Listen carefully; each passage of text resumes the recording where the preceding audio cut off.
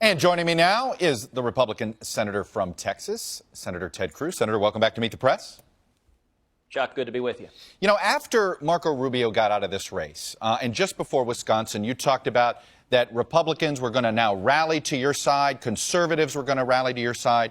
Since your victory in Wisconsin, that happened in Wisconsin, but since that victory, Donald Trump has gained 2 million more votes. John Kasich has gained 700,000 more votes. You have only gained 600,000 more votes. Why aren't Republicans rallying to your side since your big Wisconsin win? And you, by the way, trail in every Indiana poll, public or private, that we know right now. Well, Chuck, what we have been seeing happening for several months now is Republicans uniting behind our campaign. Now, you're right. You're focusing on the last week. The last week, Donald Trump won his home state of New York, and he won the adjoining states in the Northeast. And the media reacted with heart palpitations at what a wonderful, wonderful, decisive moment it was for Donald. But as you know well, in the 3 weeks that preceded New York, 5 states voted: Utah, North Dakota, Wisconsin, Colorado, Wyoming. A total of 1.3 million people voted in those 5 states, and we won landslides 5 states in a row. In fact, I won more Republican votes in Wisconsin than Donald Trump did in New York, although that somehow hasn't been reported an awful lot. And if you look at the state of Indiana, just this past week, number one, I announced my vice presidential running mate, Carly Fiorina. But number two, we just earned the support of Indiana's Governor Mike Pence, a strong, principled conservative. That is really an illustration of how the party is coming together. And I think the people of Indiana, the entire country is looking to Indiana. I think the country is really depending on Indiana to choose the direction of this race. You have clearly put all, whatever, you pick your metaphor, you put all your chips in Indiana. You named a running mate. You tried to cut this alliance with John Kasich, whatever it is, to keep him out of the state. You're keeping him out of the state. If you don't win Indiana, do you get out of the race? Indiana is an important state. We are competing hard. We're barnstorming the state. We're on a bus tour, Heidi and I and the girls and Carly, and we're seeing great support in Indiana. And I will say this, Indiana has a chance to choose. Do we want to support a campaign that is based on yelling and screaming and cursing and insults? Or do we want to unify behind a positive, optimistic, forward-looking conservative campaign based on real policy solutions to the problems facing this country? So if Indiana rejects you, if they're rejecting that argument, are they not?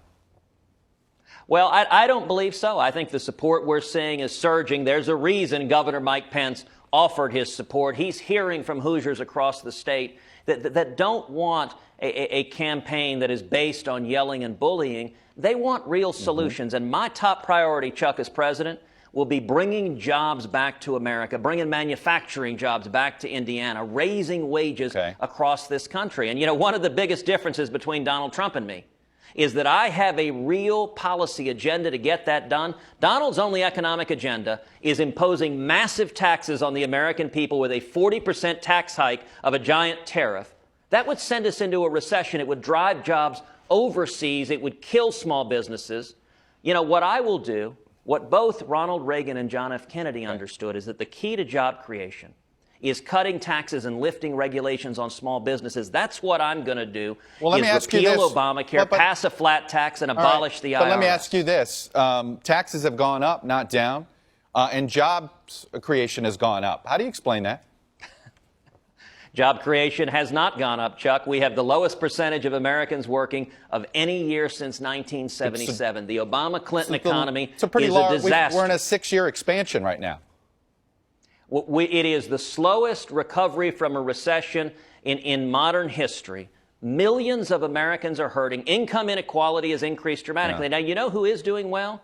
The rich. The Obama-Clinton economy has been very good for the Donald Trumps and Hillary Clintons of the world. The top 1% today earn a higher share of our income than any year since 1928. And I'll tell you who our campaign is built on. If you go to our rallies, if you see who's coming out, it's the single mom, it's the steel worker, it's the truck driver, it's the student, it's Hispanics, it's the people who are struggling to climb the economic ladder, who Washington ignores. That's who we need to be fighting for. I recognize that Wall Street and the lobbyists in K Street are doing great under big government, but the rest of America is being ignored by Washington. All right, I want to go to your struggles in uniting the party around you.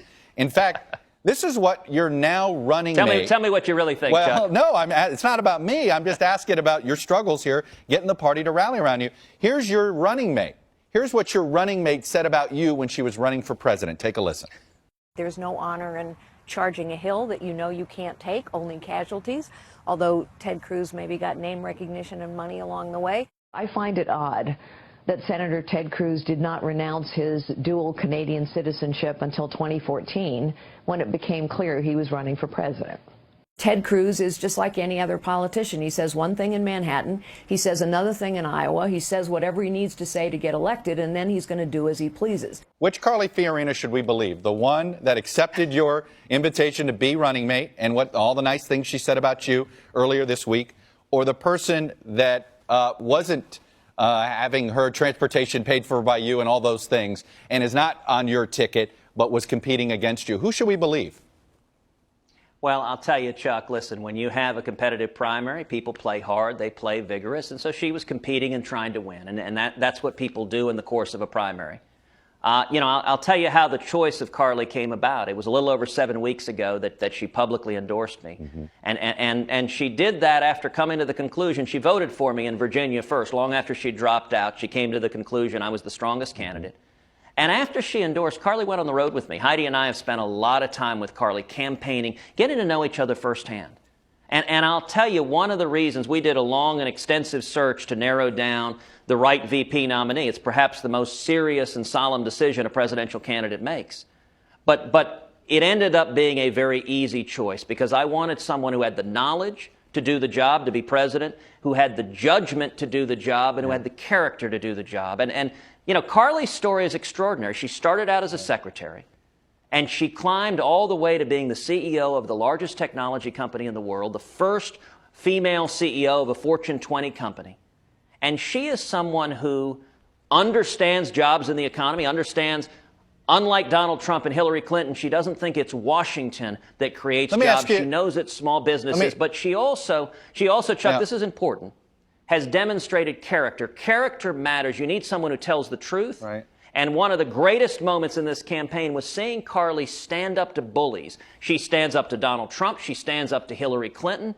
Bullying is not a sign of strength. It's a sign of weakness and insecurity. And Carly has shattered glass ceilings her entire life. And I'm incredibly proud to be running on a ticket. Most presidents or candidates for president, when they name a running mate, they want that person to be an expert at something they're not, on whatever it is. Maybe sometimes it's a political thing, sometimes it's a policy thing. What is it that Carly Fiorina brings that you lack? Well, listen, with Carly, it's the complete package. I was looking for someone who could be a partner. I've never understood people who just want a ceremonial vice president. In fact, when Carly and I were in the later stages of the discussions, one of the things Carly told me, she said, listen, I'm not very good at going to funerals or cutting ribbons. And my response, I said, Carly, only a weak leader would want a vice president who isn't an active and engaged partner. I wanted someone, number one, who I'm willing to tell the American people, this person is prepared to be president, to step in, to preserve, protect, and defend the Constitution, to be commander-in-chief. And her experience, listen, it's important to have someone who knows what it's like to struggle, who has faced struggles, whether it is her heroic battle against breast cancer that she overcame, or whether it is the tragedy of losing a stepdaughter to a drug overdose. Carly has seen the struggles that people are facing across this country, and I believe we need a team. Part of the reason I named Carly now, it's unusual to name her now, is to give a clear choice to the voters, to understand what the administration will look like. It will be strong, principled conservatives who you can trust to follow through on their commitments. One of the things that she seemed to hint at, and you have too, is that you think Donald Trump has a problem with women, with strong women. Do you believe that? Of course he does. That is evident to anybody watching. Just do you think he's been sexist almost in some of the insults to Hillary Clinton? What I will say, if you look just this week at the contrast. This week I was proud to announce Carly Fiorina as my running mate. This week I was proud to welcome the endorsement of Indiana's Governor Mike Pence. In the very same week, Donald Trump stood proudly touting the endorsement of Mike Tyson, a convicted rapist who served 3 years in prison here in Indiana for rape. And Donald's explanation is that Tyson's a tough guy. You know what, Chuck? I don't think rapists are tough guys. I think they're weak. I think they're bullies. I think they're cowards. And it says something if Donald Trump thinks a convicted rapist is a tough guy. He's proud of Mike Tyson's support. I'm proud of Carly Fiorina and Mike Pence's support. And that is as clear a contrast for the people of Indiana and the people of this country as you could ask for. But I want to follow up on Donald Trump accused Hillary Clinton of playing a gender card and saying that she wouldn't be anywhere. She'd only be at 5% if she were a man instead of a woman. What do you make of that comment? Oh, it's typical Donald Trump. The only thing he knows how to do in any given circumstance is he yells, he screams, he curses, or he insults. So there he's insulting Hillary. Listen, Hillary is a very smart, committed liberal. Her policies are profoundly wrong, but, you know, Donald can't criticize her policies. You know why? Because he supports them. Donald and Hillary, they're flip sides of the same coin. They've both gotten rich exploiting Washington, exploiting government power. So Donald can't criticize Hillary Clinton on Planned Parenthood because he agrees with her. They both say it's terrific and it should keep taxpayer funding. He can't criticize her on Obamacare because Donald agrees with her on supporting the individual mandate, and he said he wants to expand it to socialized health care. And he can't criticize her on foreign policy because Donald agrees with Hillary Clinton that America should be neutral between Israel and the Palestinians, and he also agrees with Hillary Clinton that we should keep in place this disastrous Iranian nuclear deal. I'll tell you, you could not ask for a clearer contrast than Carly and me on the one side and Donald and Hillary on the other. I got to ask you about, I know you've heard him before, but I got to play him for the viewer, the John Boehner comments that he made earlier this week. Here they are, and I'll get you to react on the other side. How about Ted Cruz? Lucifer in the flesh. I have as many Democrat friends as I have Republican friends. I get along with everybody. But I've never worked with a more miserable son of a bitch. Obviously, a little too colorful of language for a Sunday morning, but I got to ask you this. The fact is, you cannot seem to get the party to truly rally around you. If anything, the party is now seeming to be accepting the premise that Trump is going to be the nominee. Isn't it because you have these bad relationships with the John Boehners of the world, the Mitch McConnells of the world? You're not going to win this nomination without their help, are you not? Well, Chuck, you know, I actually think those remarks illustrate exactly what this race is all about. Number one, I don't know John Boehner. The two of us haven't said 50 words to each other in our entire lives. Why? You wanted a government shutdown that he helped lead. How have you not had any interaction with the Speaker of the House as a leading Republican senator? Chuck, it's actually a good illustration. During the government shutdown, I reached out and offered for Mike Lee and me to come over and sit down with the Speaker and Majority Leader, and Boehner said, no interest, no value, I'm not willing to talk to you. So I don't know him at all, but what was interesting about Boehner's comments is he praised Hillary Clinton, he thinks she's terrific, and he praised Donald Trump. He said Donald is his friend, he's his texting and golfing buddy. Listen, Donald Trump and Hillary Clinton and John Boehner they are the Washington cartel. It is the corruption of Washington. And this is where, with all respect, a lot of the folks in the media don't understand.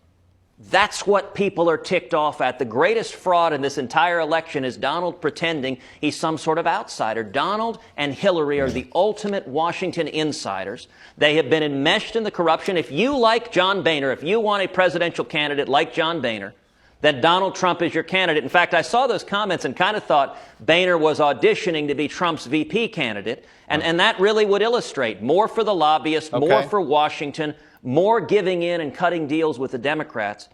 And people are fed up with that. They want instead someone that stands with the American people against the corruption of Hillary Clinton, John Boehner, and Donald Trump. Let me ask you about David Brooks wrote in the New York Times this week that this is a Joe McCarthy moment for the Republican Party, meaning those who supported Trump will carry that stain with them for a long time, that the party needs to make a decision, clean break or live with the consequences a la Joe McCarthy. Do you agree that this is a Joe McCarthy moment for the Republican Party and the conservative movement?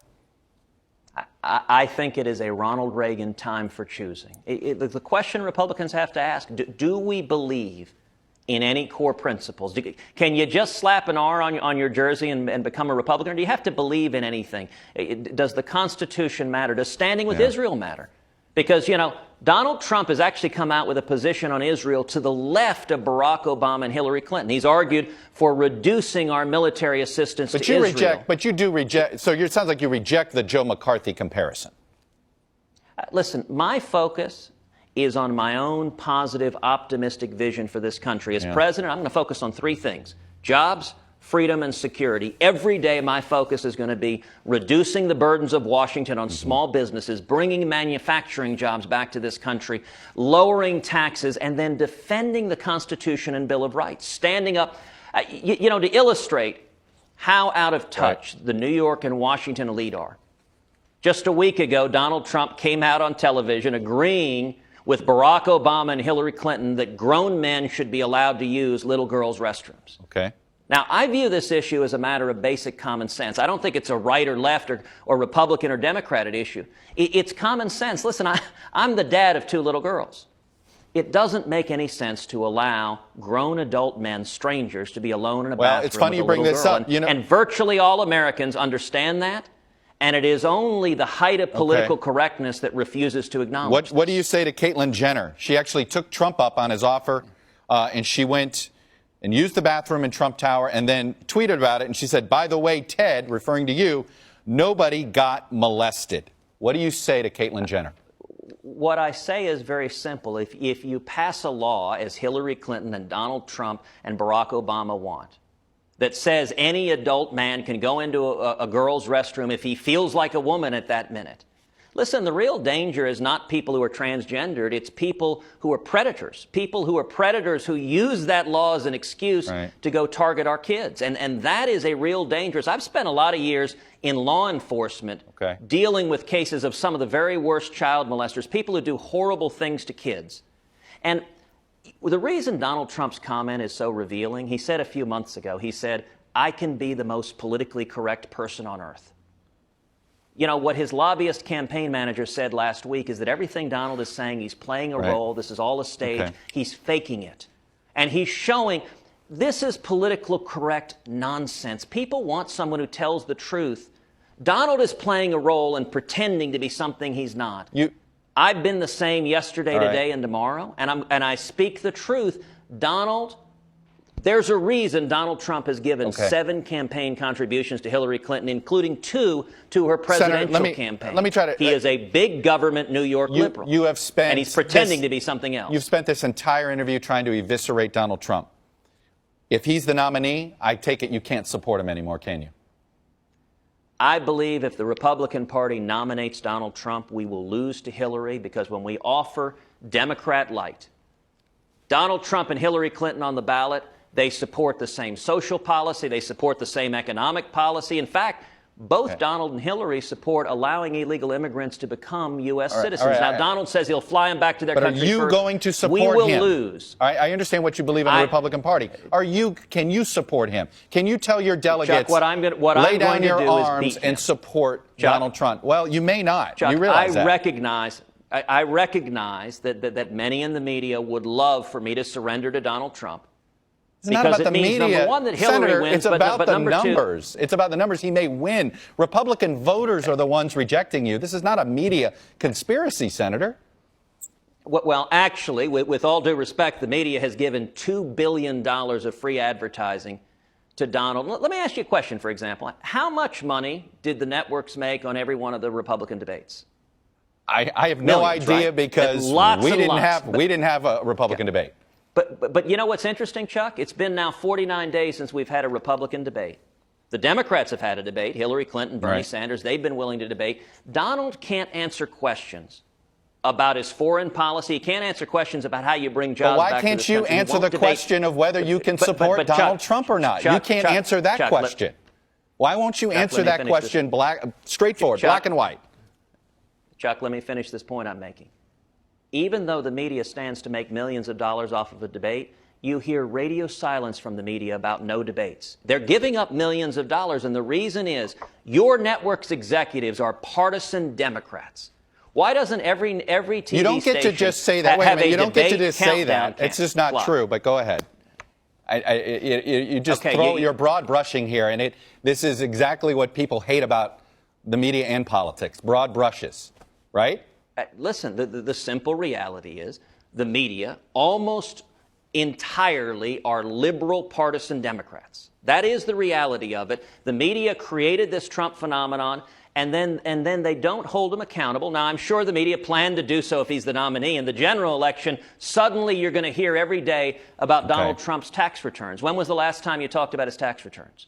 You know, we ought to have a debate. There are real differences.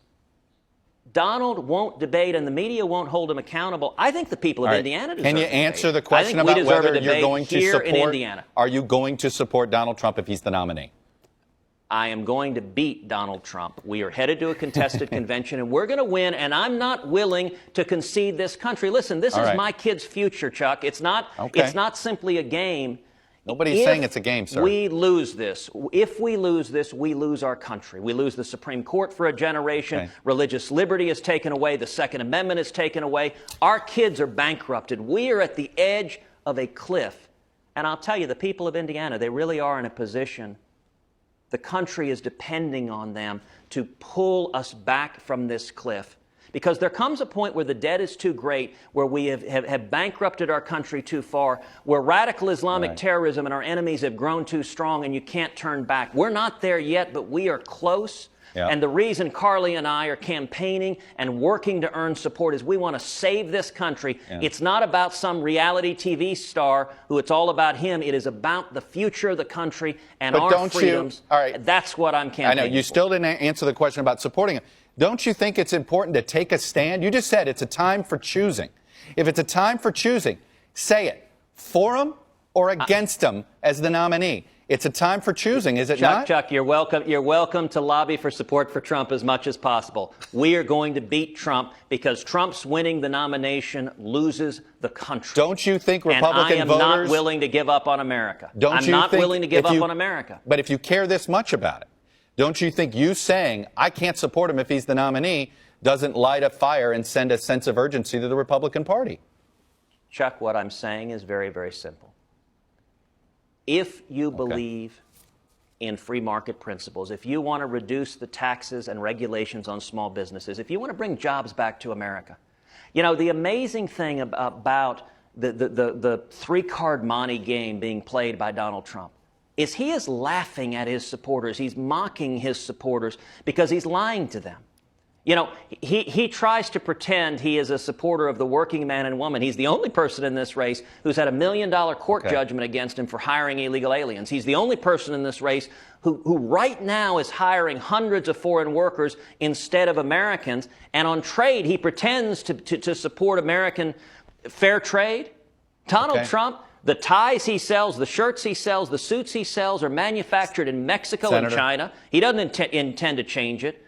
We need instead a positive, optimistic campaign that stands with the working men and women of this country. That's what our campaign is about. All right. So let the record show you have not taken a position on whether you can support Trump if he's the nominee. Fair enough? And let the record show you tried very, very hard to get me to commit to supporting Trump. The record will show that. Fair enough. Senator Ted Cruz, I got to let you go. You got a lot to do in the state of Indiana. We'll be watching. Stay safe on the trail, sir. Thank you, Chuck. God bless. All right.